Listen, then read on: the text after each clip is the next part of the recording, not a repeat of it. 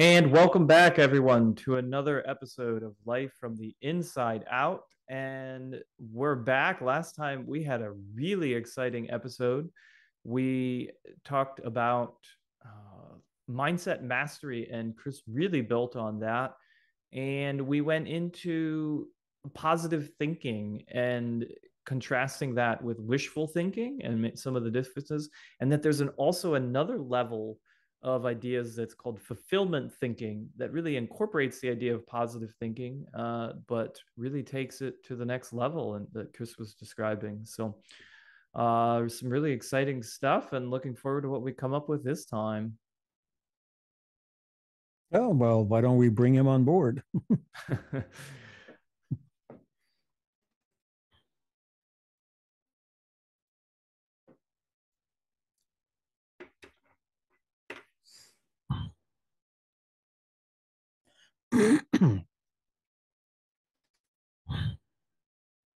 Now we trust that you are again comfortable, and we thank you again for your consideration. Oh, thanks as well, Kris. Well, we would like to mention that we are not trashing positive thinking. We do want to make it clear that there is more to that field of exploration that can help you transform your lives that much more. So the idea that fulfillment thinking incorporates positive thinking plus so much more should give you incentive to explore what is this all about? What is fulfillment? Do you want the kind of fulfillment that comes with a temporary situation? Oh, you got a new toy. After a few weeks, you need a new toy and a new toy. Temporary gratification is fine and dandy all on its own, but there comes a point in your life where you want something more substantial.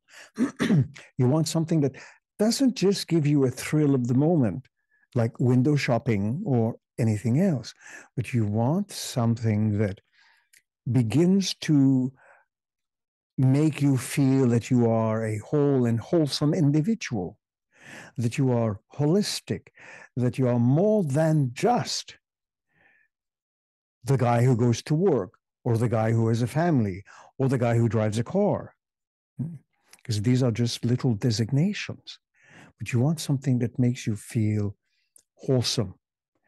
And fulfillment thinking begins to delve into that area. Because one of the prime drives, apart from love, creativity, and collaboration, is seeking not just happiness, but fulfillment, which is the true meaning of searching for self. And it is not just about, oh, yes, I got my new car. I am so happy, which is fine on its own. But what about the rest of you? What else do you want in life? And why would you want all sorts of status symbols? Because you might feel that having a certain status symbol, a new car, a new house, a big bank account, gives you certain kinds of projections, a certain sense of accomplishment. But these are things that can quickly fade away. And you need to replenish that on a continual basis. Whilst understanding fulfillment brings about a deeper sense of not just satisfaction this time, but a sense of wholeness, a deep acknowledgement that on the one hand, you are more than all the sums of all of your parts. And at the same time, your individuality, Your being is what is the most important thing in your life. And this is just a small idea contained within fulfillment. It doesn't mean that if you're fulfilled with this, you will have no more ever desires for other kinds of fulfillment. But this way, the fulfillment comes from a completely different and deeper place of self. And it embellishes your understanding of your place in your universe, not just your place in the universe, but your place in your universe. That, of course, includes compassion for yourself and for your fellow human beings in ways that might surprise you.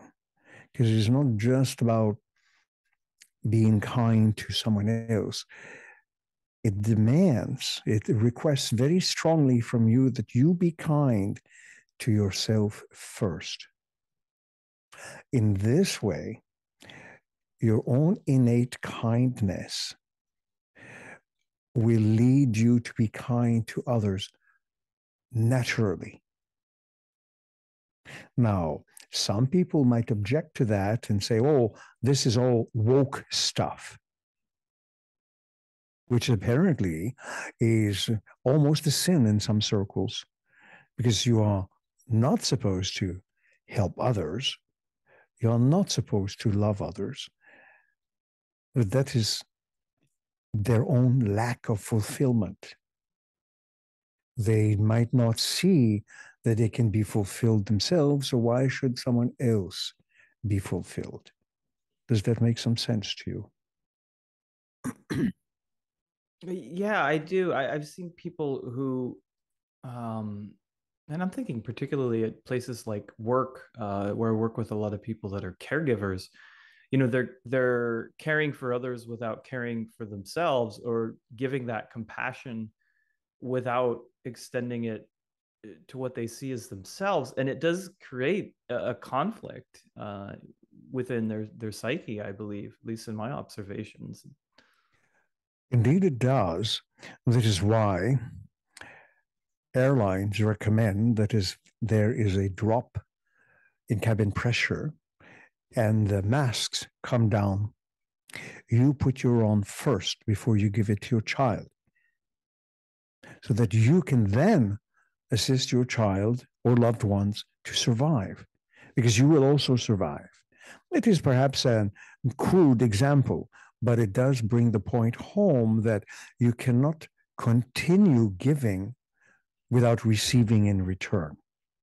And it is not selfishness, it is a common sense exchange of energy, even at that basic level.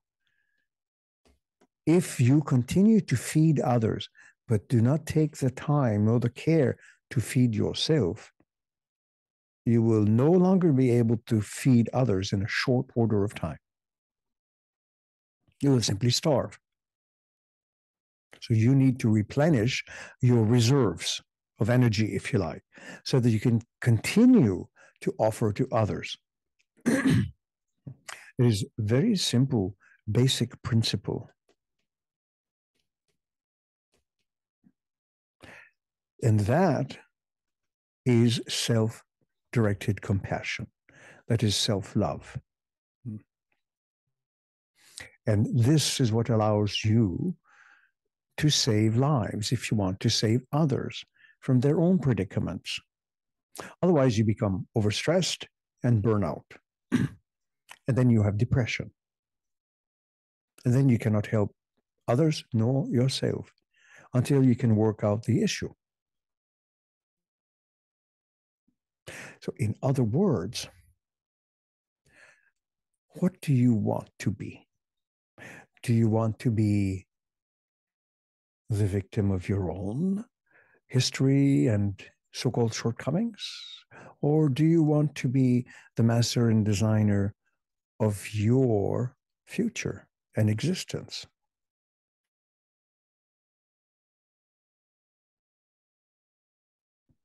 Well, I like the idea of the designer for sure. Indeed.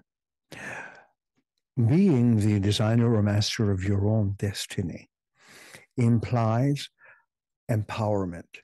And the best way to be empowered is first be self empowered so that you can empower others.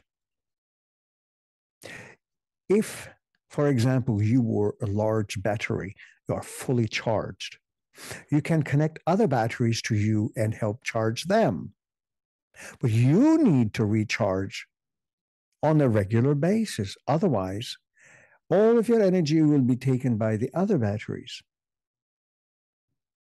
So you need to periodically recharge yourself. And that is why it is important. It is the highest form of compassion because it allows you to also take care of others as you take care of yourself. When you might consider the possibility that you are unworthy, but others are worthy of receiving your energy, then there is an imbalance. It is incongruent, incompatible, and eventually the system crashes.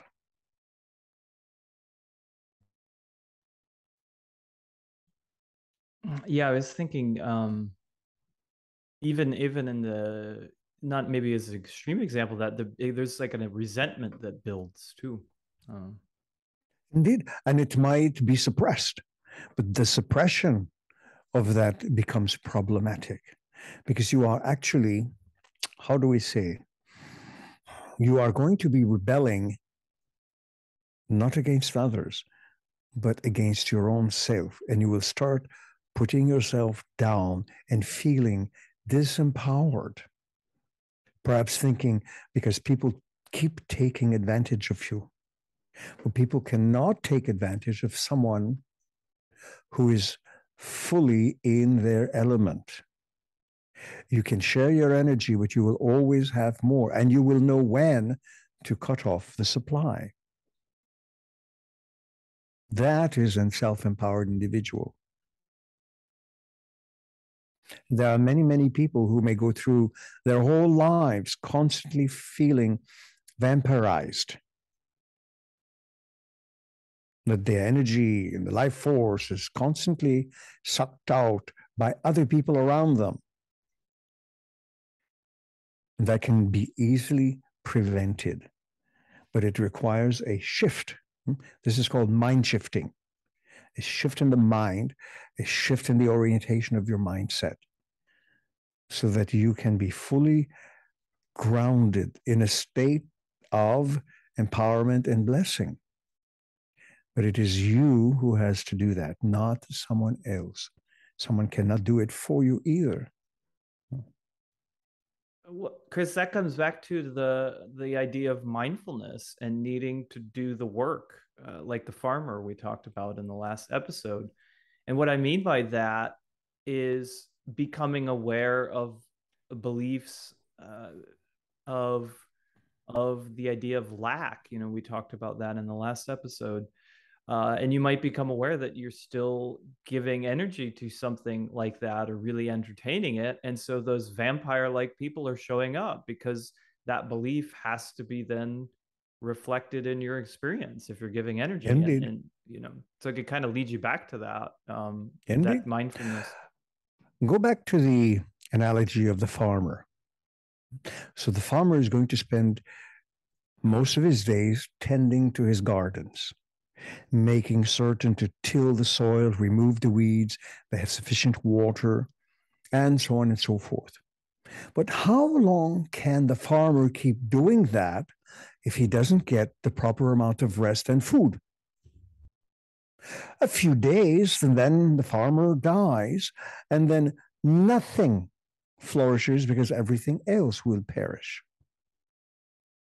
So the farmer keeps himself or herself healthy, in a good frame of mind, sufficient food, sufficient sleep, sufficient water, sufficient enjoyment of life, so that he can keep tending to his garden so that they produce. So there are relationships between all of these because eventually, what the farmer grows will help replenish his reserves of energy so that he can keep doing more. So there are relationships in every which way. And that is also important. There are relationships with fulfillment mindset, fulfillment thinking, and what you yourself absorb and give out. It is never a one-way street.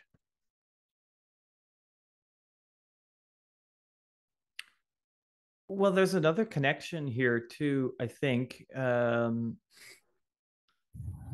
You could be believing one way, but in the other hand, if you start fostering that fulfillment mindset, then the people that would help fulfill rather than acting as a vampire, those are the kind of folks that are going to show up at that point too. So we could kind of see the opposite of that by recognizing that mindset. If you do not properly and healthily feed your own self, if you purposefully drain your batteries, you will draw to you people who energetically, through no fault of their own, have such need of other people's energy that they will come to you. Yeah, and I'm speaking from an example in my own life. I'm going to put air quotes on this, quote unquote, the same job. But when you apply a different belief patterns, um, rather than the folks that might feel more like this vampire relationship, you start getting people coming that are nourishing, that are empowering, that are interested in the same things that are coming up. I became interested of applying mindfulness, and the more that I focused on that, all these other people are showing up that are interested in the same things, or at least be able to find that connection. So I think that's perhaps an example of that fulfillment mindset of start applying that and then watching the changes. And the changes, once you instill them in your own mindset, it begins creating a cascading effect. It starts showing up in your immediate life environment. And the circle continues to grow. Other people who are drawn into your circle have an affinity for a similar mindset. And people in our lives also begin to show a similarity in mindsets. So it creates a most delightful atmosphere. And this, in turn, begins to show not only through your relationships in this way, but more specifically in the relationship that exists between you and you. Now, that may sound cryptic, but all in all, that kind of inner collaborative effort, like the farmer takes care of himself so that he can keep taking care of his garden, applies. You keep taking care of yourself so that the seeds that you have sown within your own mind start bearing fruit, new ideas, new levels of creativity and insights, changes in perception, new connections with new people, new inspiration comes to you, and so on and so forth. So it cascades and it builds up. And in a certain amount of time, you might think, what was my old life like? Because I have such a nice new life. It is interesting, it is exciting, and I am applying and discovering new abilities and skills. You might discover a great interest or even a greater interest, say, in writing. New ideas come to you. new things start cropping up around you. And when you are feeling fulfilled, then a very curious thing begins to happen, because you start feeling an abundance of joy in life. And when you have that process start showing up in your life, the natural extensions of abundance come in a way that is reflected in the ideas of your world. Perhaps new job opportunities, higher salaries, or new ventures that bring you not just a greater financial base, but a new way to understand yourself in your world. And you might connect with people that you would never have thought would have been in your circle, but they start showing up. You are drawn, and they are drawn to you, and you to them. So it creates new connections. And this may simply keep growing. Eventually, some things may change even more so. And we are not saying that you will start walking on water, but we are saying that the perspectives and change are very deep and powerful. In many respects, all of this discussion has been held by human beings for thousands of years. Literally, figuratively, in every which way you can think of. But your species has become so accustomed to scarcity mindset, and we will just use negativity mindsets, that it is actually difficult for you to see that you are worthy and worthwhile individuals. And giving it lip service does not cut it.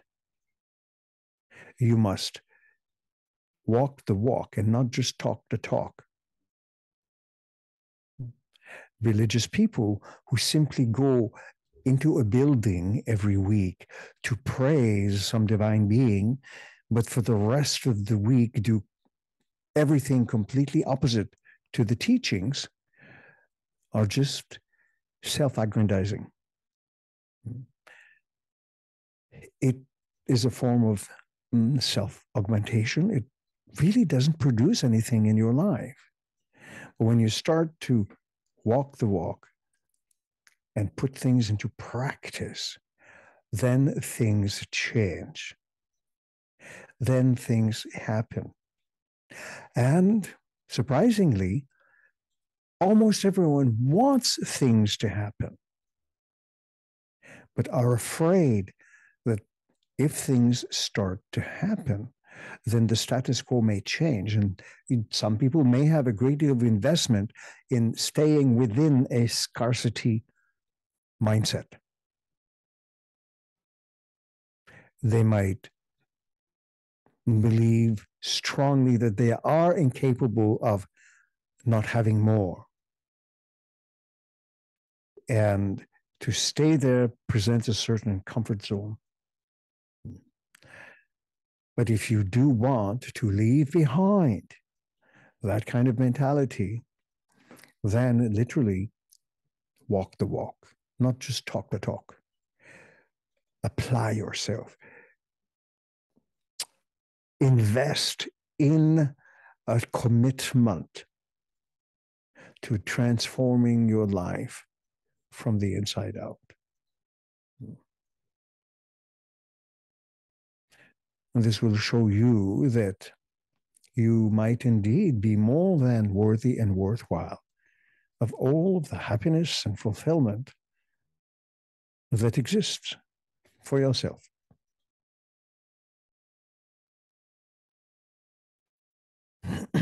Well, I like that, Kris. Thank you. All sorts of positive encouragement can be offered. But again, positive encouragement only goes so far. You have to take that positive encouragement and start applying it.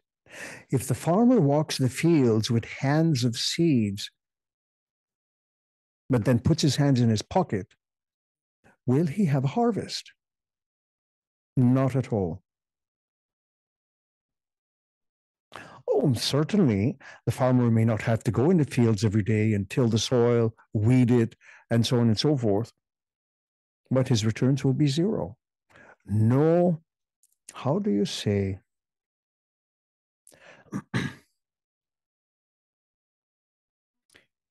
If you do not make a commitment, then you are just barely living. You are going through the motions. Do you follow? Yeah. Mm-hmm.